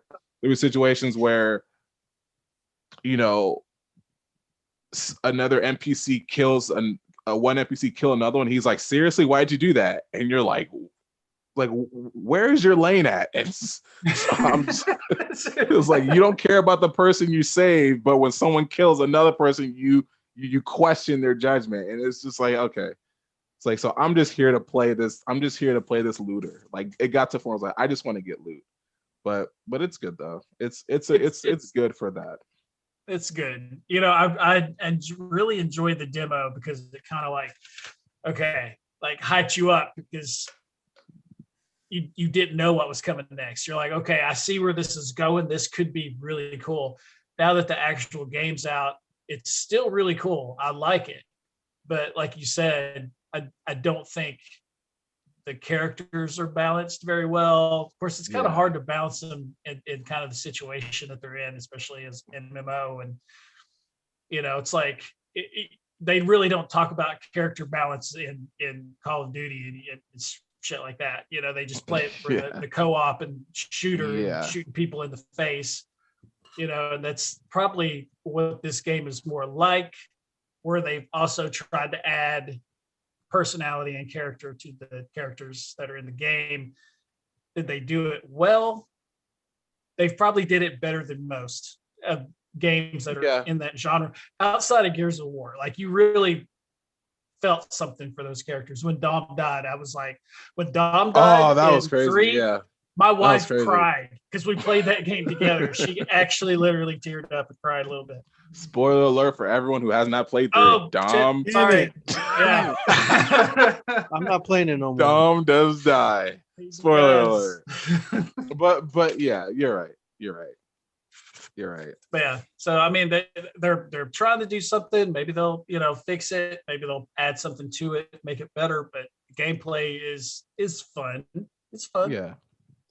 Hey guys, real quick, we are at that closing time, so you guys go ahead and finish this. Yes, what we're talking, and let's go for a closing. Go ahead if you want to finish what you were saying, Awaken. I think I finished it. It's a really well polished game with that's attempting to have personality, but kind of misses the mark a little bit so far from what I've seen. And that's I think that's what KOTETSU was saying really too, is that the unbalance of the way that you want to, some of the reasons why people fell in love with Final Fantasy 7 and whichever number, choose a number, was that the character development and then that you felt something for these characters. And Square Enix's latest offering tries to do that, but in a Call of Duty more setting, where the characters aren't really, from what I've seen so far, and I think KOTETSU will agree, that they're not building up to where it's like, okay, I feel something for this character and I want to see this person succeed. Yeah. I know that this character has a relationship with this person that I'm about to save, and I want to see that evolve, and it's not going to so far from what we're saying. But honestly, this has been a great conversation about Square Enix and Final Fantasy, but I don't know when we started this, where it came from, but I've loved it. We can get into one later. We have another one. We have like 3 shows we have an idea for, so that's going to be on there too. I know we're having on there too. Another Zelda Day coming up soon. Once the Zelda 35th anniversary pops up, I will have Triforce be coming back. That we're gonna have a separate one for that. Once we see that Nintendo's doing something for Zelda, that's when we plan to do that. Because I want him to come back and give him an all-out more. Because we kind of rushed out that one time with him, or we had only the hour. Yeah, and we took off. But I want him. Yeah, we did 2 that day. That was crazy. 2 hours or more to give him the time to go into a lot. I would love to hear this guy from hearing you talk about him. That was kind of, I think, a little bit before me. Yeah. I think his breakdown on that timeline. He actually did a video for it too. It kind of goes a little bit more in depth for what he was telling us. We want the true more in depth. We want it to be the episode where it's probably the best one he's done, but we want to hear on the Gamerz Realm so that he can give us all the spiel. So he said yes, we're doing it. So we just gotta wait for it. Yeah, are they going to do a Metroid like 35? I don't know. Some guy was pointing out that there are, but somebody said that that's adorable. I mean, why would you not do anything? At least you know what?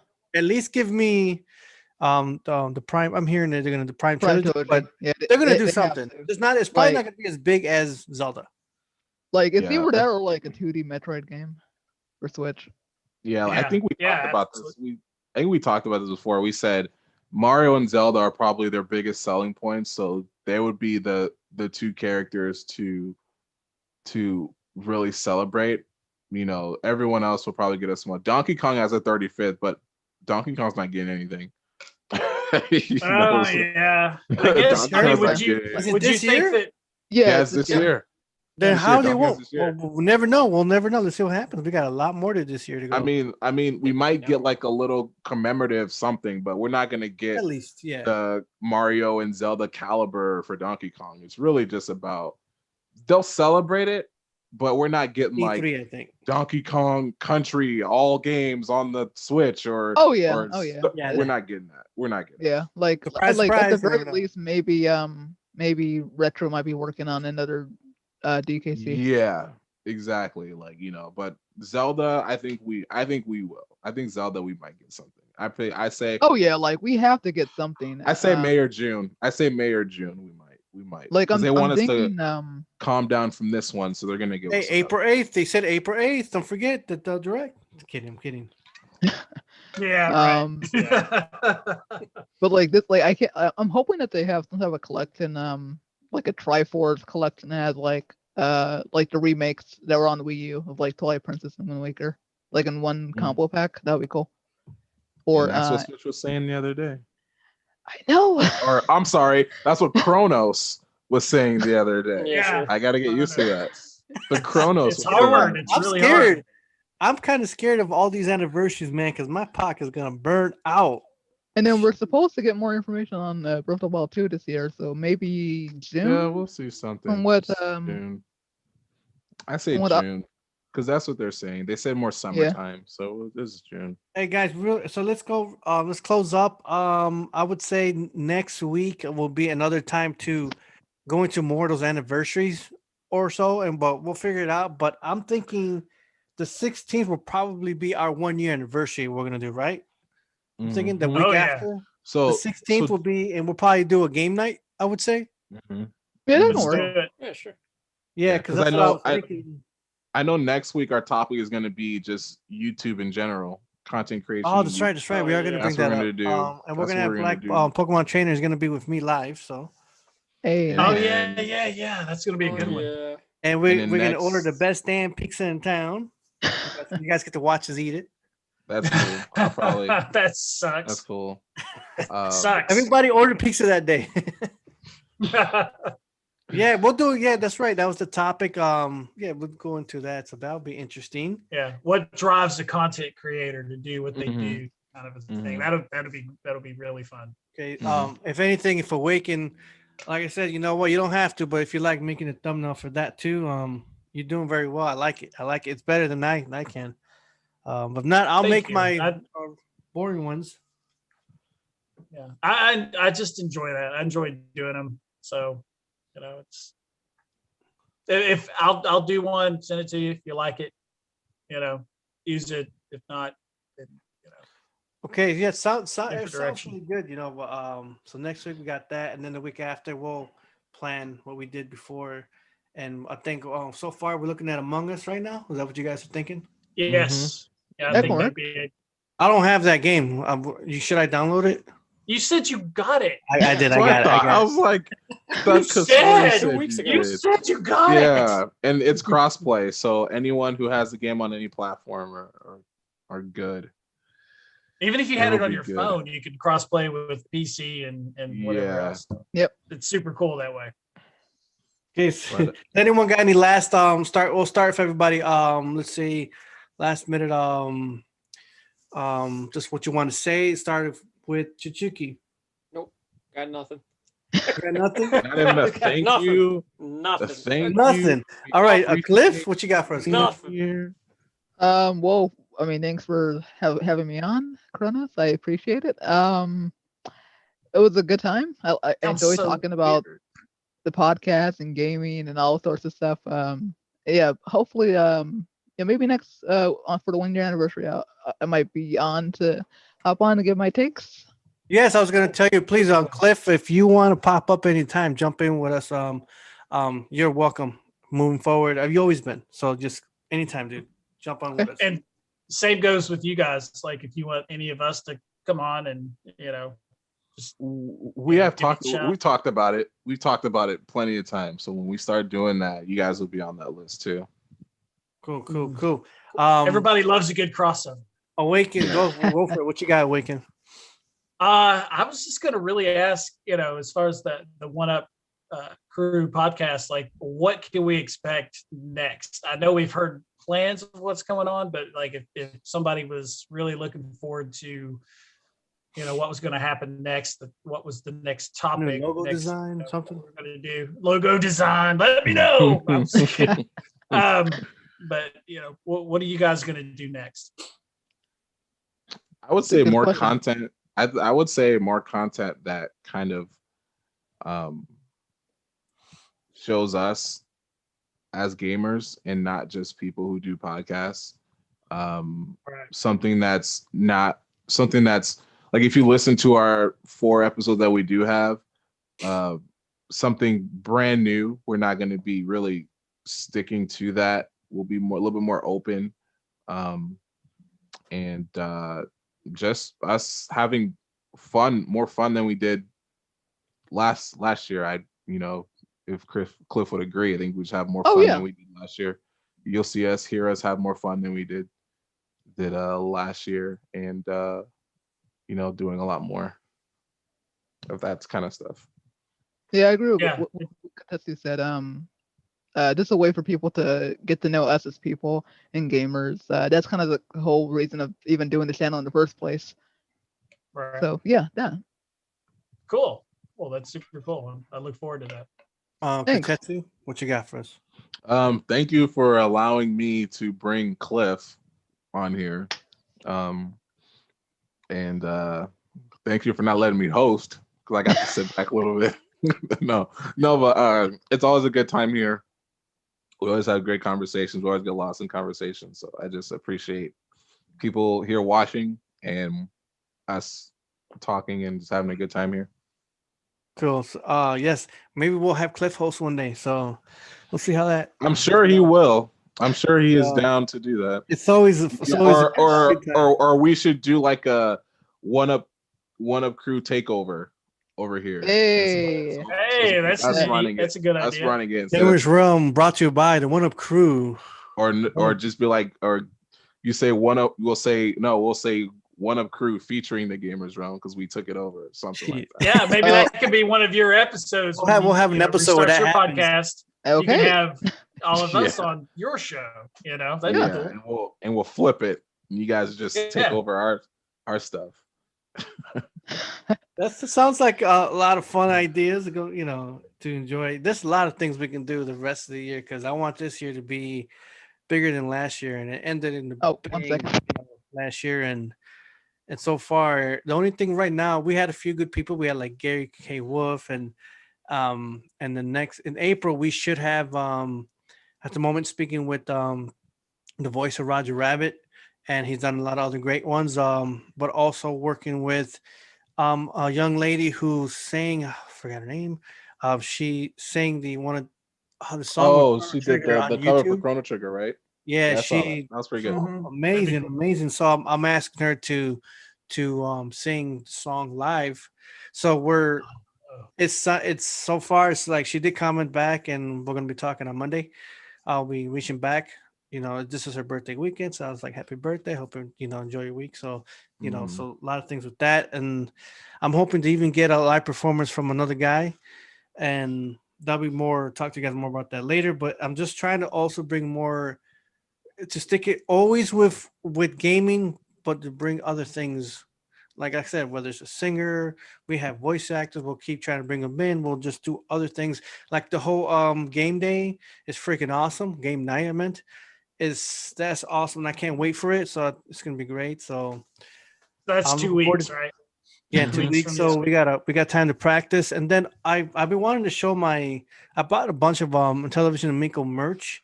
But I'm waiting for that to pop up. I did get the cup and I bought like some sticker set, but it's still in their packages. I will not open them until I get the rest of the stuff that I ordered, so I can do a whole thing and talk about it. I want to have a Intellivision AMICO thing, but maybe in March where we just do a big thing there.